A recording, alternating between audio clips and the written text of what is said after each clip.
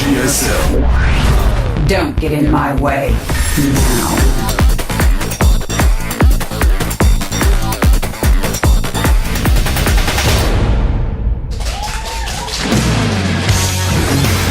Welcome back. Welcome back. Time for our interview. You thought I was going to say, how was it? But I didn't do You it. remember. Welcome back. Welcome back. How was it? I will never forget this guy. Alright guys, here we are with our interview with the two coaches. As you could see, there's a huge audience here today at the studio. I'm so surprised. I mean, there are more and more people coming to Mukdong to watch StarCraft 2. But today is really a special day. A lot of fans here for StarTale, for MVP. And here we have the two coaches. Let's see what the StarTale player has to say. 두 개 팀이 합쳐져 있는 상태라서 좀 부담이 되는 게 사실이고요. 그래서 이제 승현이도 승현이가 들어와서 MP에서도. Alright, so now that they have this NX player in their team, that's the first season where they actually play together. They have a lineup that is very, very strong, and of course also with Live, a new player that is really good, very good Zerg. So they have also a lot of pressure this season because they are expected to do very, very well, and that's apparently affecting them a little bit. 1년 전 느낌이. To be honest, I never thought about it. 1년 전이라 하면은 그 GSTL 뭐 첫 출전했을 때 그런 느낌이 말씀하신 건가요? 예. 네, 알겠습니다. 자, 두 팀 모두 시즌 첫 경기인데요. 첫 경기부터 상대팀이 강해서 조금 부담스럽고 걱정되는 면도 있으실 것 같은데 어떠신가요? It's like their team is completely new, so MVP has to figure that out, whereas MVP only has a killer, so you got that camera shot in there. And Killer is not allowed to play. He's not in the lineup. He joined too late, so he can't play in this season. 네, 어떠세요?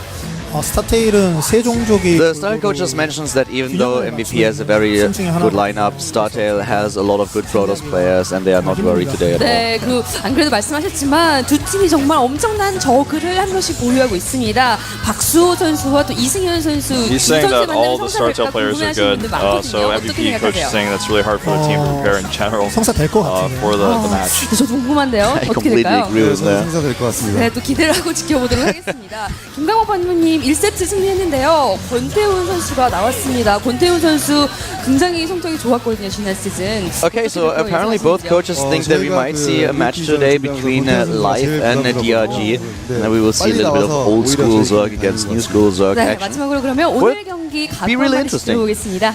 Yeah, I actually definitely would. 사실 I love stuff like 저희가 that. 이번 It's like 시즌에 Enoch versus 우승을 Jelizer or 목표로 하는 게 아니고 그 징크스를 깨는 게 목표예요. 저희 지긋지긋한 중립 징크스도 있고, 그리고 이번 시즌에 커뮤니티에서 유명한. They are always the second play. That's what the StarTale player just said. They have a little bit of this jinx, especially of course players like Squirrel in the lineup. They want to put this past them in this season, and they want to take the title.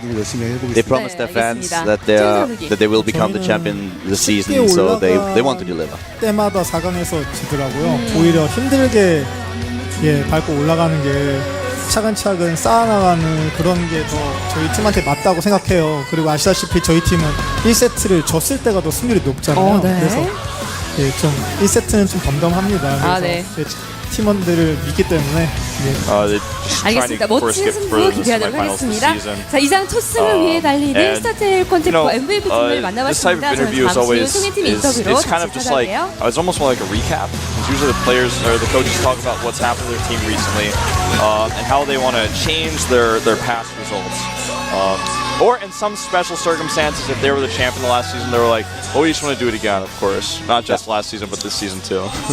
Well, the next game that we are coming up is Bomber against Sniper. Therefore, we have Terran versus a Zerg player, and it's going to be a very, very interesting match because Sniper is definitely one of the better Zerg players in the lineup of MVP, one of the stronger players that we have.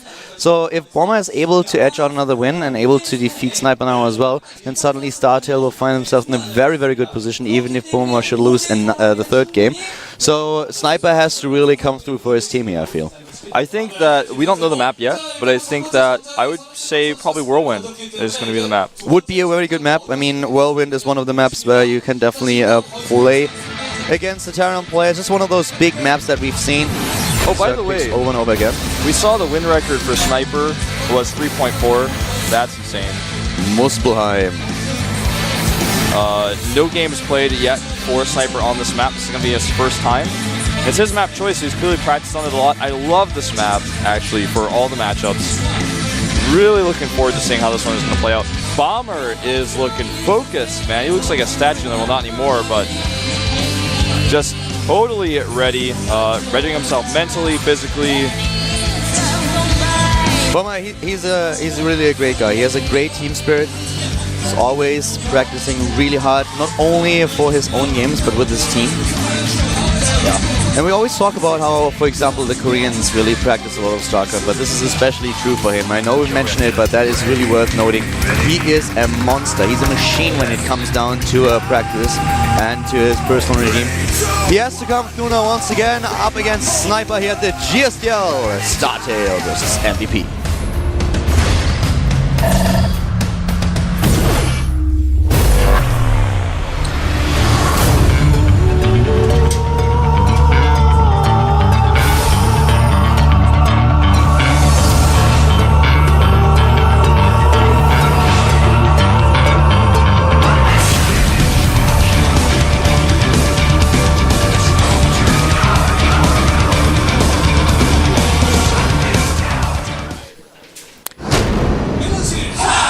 Starting to the top left, we have the Terran player once more for StarTale, who was already able to take down SC. Now he's up against the Zerg opponent.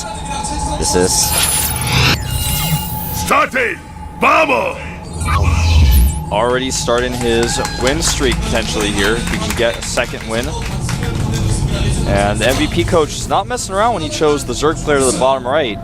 This guy may be able to take him out, may be able to. I can't do this. MVP Sniper! I can't make it work. I was like trying to think of like 6 different ways. I was like, at each one of them I had about 1/4 of a second to think about, and I was like, nope, and then it just didn't work. A for effort, Wolf. I'm so sorry, guys. I'm so sorry I let everybody down. Bomber and Sniper played one game just a while back. It was actually in the second season of Korea this year. It was in back in May. And they played one best of 3, which Sniper won with a 2-1. So this time this is a little bit of the re-game where Bomber can prove that he's able to take down the strong Zerg player of the MVP team. And funny as it is, the last Zerg that Bomber played was an MVP player. It was DRG, and this is, again, one of the matches that Bomber lost with the 2-1. So against the MVP Zergs, he's not doing all too well these days. But let's see if he can break, I don't want to call it a curse because it isn't, but yeah.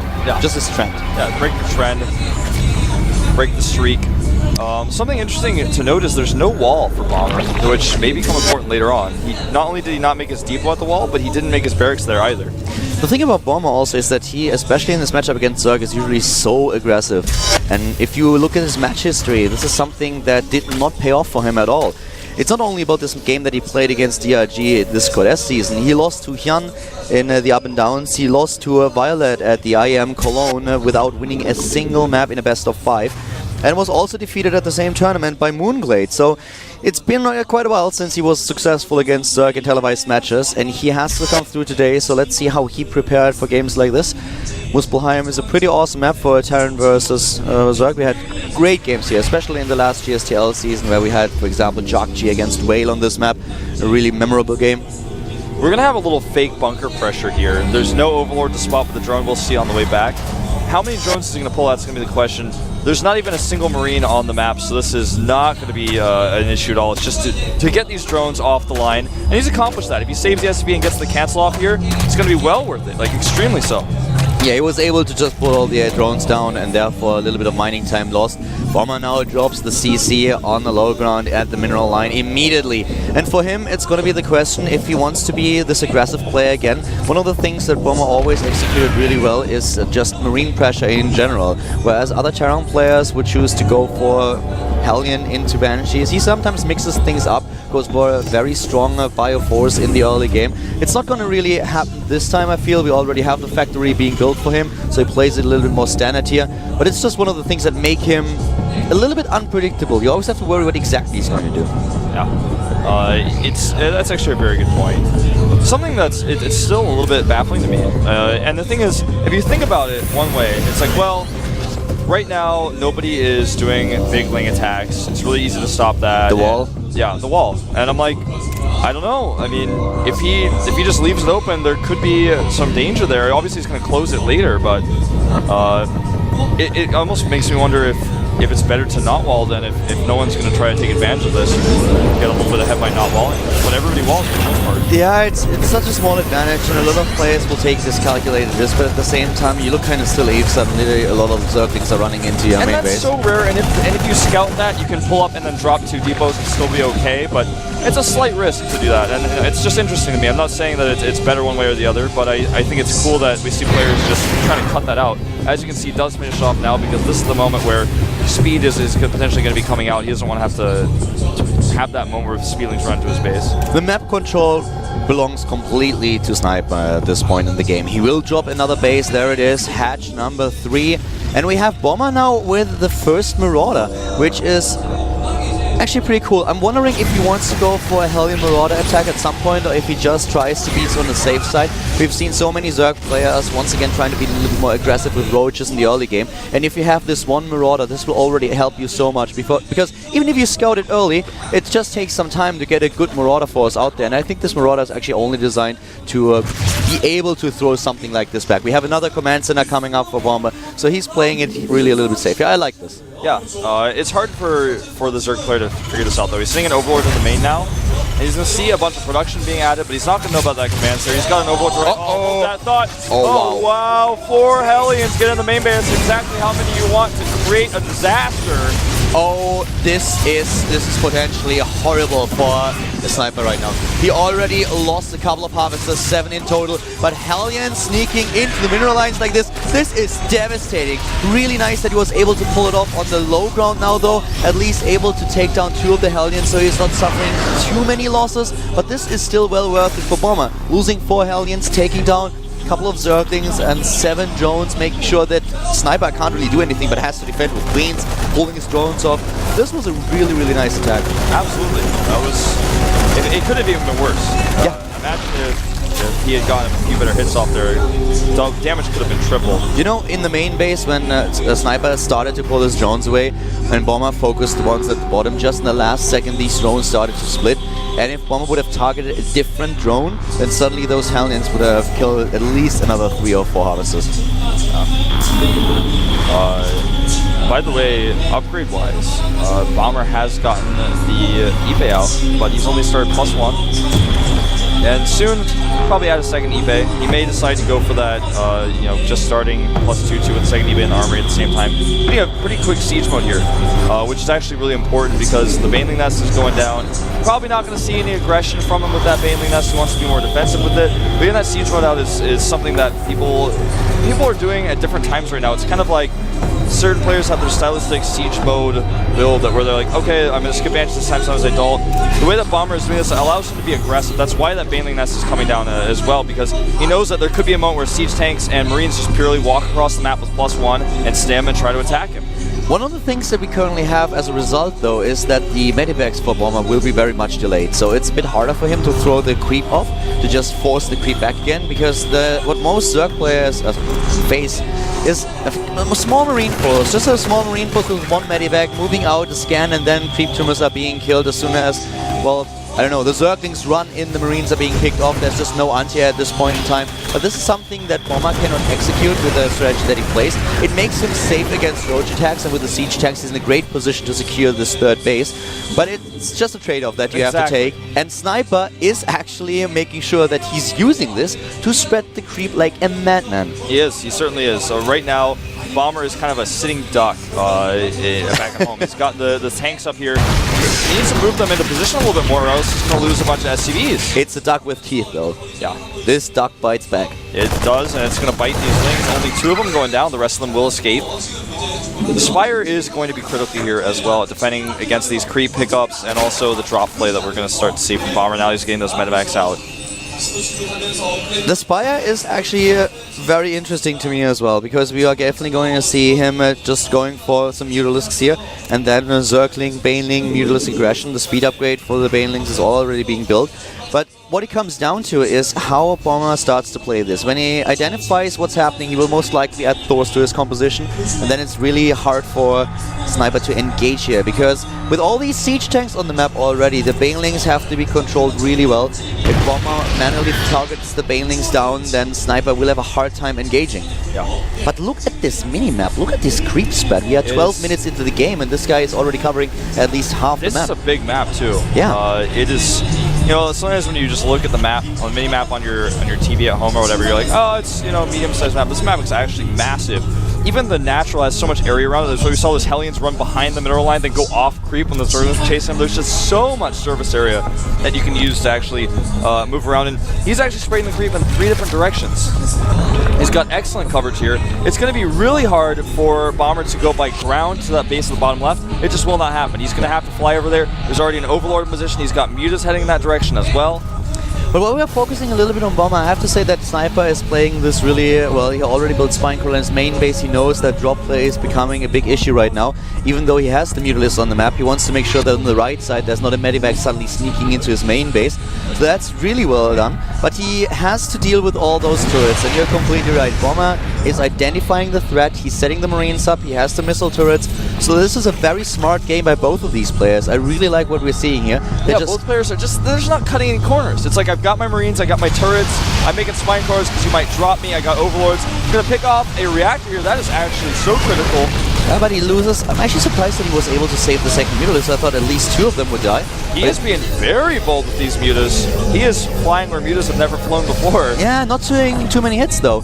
And this mid-game composition is now really starting to shine through. The map is dominated by a Sniper here for sure, and the upgrades are a little bit faster for him. He has the armor upgrade done a lot faster than Bomber. Actually, it's completed while Bomber just started his. Exactly, because he got that slightly late armory, it's going to be the case. +3 coming out a little bit faster for Bomber as well, but the Infestation Pit just finished, and this is exactly what he's been waiting for. This creep alone will buy him enough time to get those Infestors out. Exactly, Bomber has to force the creep back. He's really, as a Terran player, it's so uncomfortable just sieging up or not being sieged up on creep. You know that your opponent will most likely have vision, he will try to get in. And Sniper's trying to use this for a run by. We have a nice wall for Bomber though, and he's taking out a lot of these Zerglings, but he won't be able to make this work forever. And now the Banelings come through, they're at the front, they bust in, take down every single Marine, but the Terran player was ready. He pulled the SCVs off and lifts the command center while he's moving forward. He just lifts and he's going to go for a trade here. This is actually great. This is exactly what he wants because he lost nothing. He was prepared, he saw it early on, but he still needs to make this attack work. If he gets shut down by really nice Baneling hits, then it's not going to matter. And so far, the Banelings are not going to hit a whole lot. The Marines are way behind those siege tanks. All of the Banelings are already gone, and the Marines are now still able to take down every single Mutalist there is. He's moving in, but a nice Baneling hit by Sniper. Both of them still roughly at the same supply, but it looks like the Mutalists are enough to take down the Marines. There's another force on the high ground. He has to set them down. Just imagine if all those Marines and tanks were there. The fight would have gone completely different. But that fight started out really bad, but that one Baneling hit chain takes. Now he's going to go in here. Not a lot of space to run for Bomber. He's fighting on creep here. He's trying to split. He's at a disadvantage against the speed of his opponent. And this second attack was so much better for Sniper. Even with the first one, as he already said, if he had his whole army together, it would have been so much worse for Sniper. But Sniper did not trade cost efficiently either way. But at this point, the second attack that we just saw, that was so much better for Zerg. And right now, he's got... Look at the map. He still has the creep control. Yeah, he lost a few pieces here and there, but he can easily remake that. But his Greater Spire is a third of the way done, and there's no way Bomber can punish him for that. He's very easily going to be able to get these out. Oh, seriously, there's so much that I want to talk about right now, but I think we have another attack coming up. The thing that was really great is that Bomber, with this defense that he set up at his third base, and his willingness to move the SCVs back to say, yeah, well, you can attack into this, but you're not going to do anything except taking down my supply depots. He knew that so many units were at the top right that he could safely move down to the third base of his opponent and get into a good position to siege up. And it was such a positional play. It was actually incredible. And if he had just all of the rest of his units, that would have probably been the downfall of the third base of Sniper. Yeah. But the Zerg made it happen, went in for the second time, and now we have him with +3/+3 being researched. The third is a bit more open. Those siege tanks are well guarded though. That was really, really nice block there. He doesn't have to attack though. He's basically just poking and saying, "Did you move out? No. Okay. Well, I don't have to do anything. Did you move out? Oh, I'm gonna run into your base then." That's basically what he's kind of checking for here. Well, he gets that Greater Spire done. He's now researching +1 Carapace, getting those Corruptors out. And Bomber has moved out now on the map. How will you respond? How will Sniper fight here? He's actually just going to go. I don't know if it's the right choice. There's a lot of siege tanks down there. The Sniper is moving in, and if you just look at the resources lost, both of them are still at roughly the same level. But those infestors are, of course, now added threat to the strength of the Zerg army. We have Adrenal Glands nearly done, and the upgrades are also very good for MVP Sniper. He waits a little bit longer, but so he does try to engage, and this is a bit too early, if given the upgrades that we have for Bomber. I think he's on 3 attack and 2 armor, having a slight advantage here. Bomber's got 2 SCVs with SP gas in their hands in his army as well, and I find that really interesting. That means he's probably losing some gas from somewhere. Right now, Sniper is just waiting for those Broodlords. He doesn't want to fight without them. That's why he's just kind of dancing around trying to buy time. Bomber does not scan and take down creep tumors. He's completely willing to fight on creep here. Well, he's actually just going to walk right in here, try to pick off the Broodlords. It's not quite enough, though, and the medevacs actually get isolated here. More Marines are also moving in a little bit too fast, maybe 15 Marines spill at the same time. So many, and another force has been sent down to the bottom left, trying to take down this 4th base, trying to abuse that the Broodlords are really immobile, but so are the sieged up tanks. They can't do anything, and now they are being focused. We don't have any Vikings at all. He doesn't even bother to build any. He wants to finish it with the composition that he has. Look at this fungal. The fungal is so good. If the units are still alive, he spreads them extremely well, but the Baneling hits here are excellent. He pulls back at the right moment as well, not wasting any of his Banelings. The Bomber, is he going to retreat here? It looks like he's cut off by Speedlings and can't retreat. This game is a little bit insane. We don't have enough medivacs for Bomber to save his army. Every single stim hurts. And Sniper is moving in once more. But the Terran player has 15 Marines queued up every single time. He's sending wave after wave over to his opponent. So many infestors have already died. But now Fungal and Banelings are starting to diminish the Marine numbers, and it's too much. GG.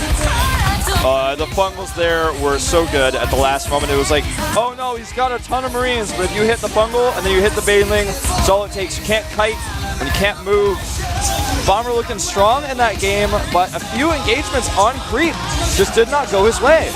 Bomber's plan was to execute more pressure in the mid-game, and he had half of his reinforcements on the high ground and was not able to use them in the big fight because they were not part of his unit controls yet. So this was the big problem that he had in this fight. I feel, like I said before, if he had those units combined, he could have probably taken down the 3rd base, and then we would have seen a completely different game. Absolutely so. But a great performance by Sniper here as well. This was a very interesting game, especially in the late mid-game. I love what we've seen, but you could see that Bomber never really tried to get Vikings out. No, he wanted to end it.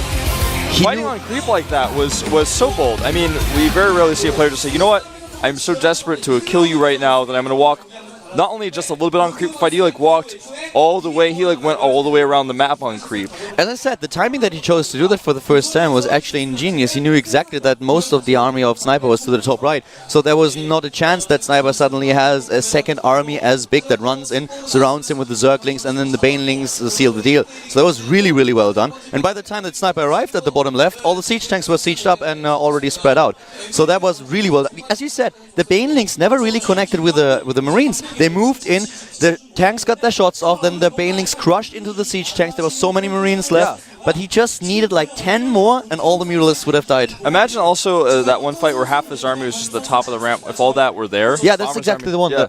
And if all that army is there and sieged up properly and spread well, then you win that fight 100%. But if he had been able to deny the creep earlier, then the whole situation would have been different. So things kind of snowballed. Bomber took engagements he didn't want to because he had to, and it just didn't quite work out for him. But you're so right. We didn't even really get to see the true story of how that game could have been because Bomber couldn't quite do what he wanted to do. Now we have the StarTale bench in front of us, and it is going to be partying. Bringing out a heavy hitter here. This is going to be a good one. Parting up against Sniper. I'm a little bit eager to know what map he's going to choose. Entombed Valley is not in the pool anymore. We may see, I don't know, I would think Daybreak is a possibility. Ohana, but it's actually going to be Ohana. The same map that Trader chose yesterday against his Zerg opponent. Ohana is a similar map to Entombed Valley. We talked about this yesterday. Similar third base style. Pretty easy to take, pretty easy to defend. If you want to have a base, when you have your third base that's takeable with the rocks, where you can wall and then be so close to each other like Entombed Valley, it's very different than, for example, Antigua Shipyard. So you have a situation where the Zerg player, no matter what, cannot harass you like you can, for example, on Antigua Shipyard when you run to the third base. Zerg player goes in there with roaches. You have to be one place to another. You have to walk around this kind of circle-ish C-shaped path. But on Ohana and on Tomb Valley, you just walk straight across. It's like right there. Super easy to defend. I feel this is definitely going to be a great game. Harding was able to perform really well in the IPL Team League. Of course, there's a huge difference as this is an online league except for the finals, whereas you have the offline pressure at the GSL studio too. So this is going to be epic. I mean, I'm so looking forward to this. Sniper is a great Zerg. He proved it against Bomber in the last game. Now he's up against the Protoss on a map where we see a lot of immortal pushers. The third base, as you said, is also something that you can take. But two base timings are just so great against Zerg. A lot of Protoss argue a little bit that if you try to go for the late game, you will eventually lose against the Broodlord, Spinecrawler, Sporecrawler, Infestor composition. And I have to say that especially in this matchup, I personally feel that Infestors these days are quite too strong. I would love Blizzard to try to tweak a little bit with the Infestor Terrans, just make them do a little bit less damage, just a tiny little bit, and making them cost a few energy. To me personally, it's ridiculous that a support unit is being massed so that you have like 35 Infestors and you support them with a few attack units. I feel you on that because you're so right. They're supposed to be a support unit, but then they can become an army. When you have a certain amount of Infestors, when you go up to 18, for example, you look at the army supply of 2 players, right? And you're like, oh, it's pretty even. But suddenly you have 40, basically essentially Marines on the map. It's like, well, okay, well that's a bunch more supply that's not shown there. It would be a little bit too much to nerf Infestor Terrans too much, but just if you reduce the damage by just the smallest of margins and make maybe the energy cost up to 30, 35, even that, it sounds like too little. But in the greater scheme of things, I think that would actually change quite a lot and we would see less mass Infestor games. But right now, we have this game coming up. This is the GSTL, ladies and gentlemen. I hope you're ready for StarTale versus MVP Game 3, Harding against Sniper.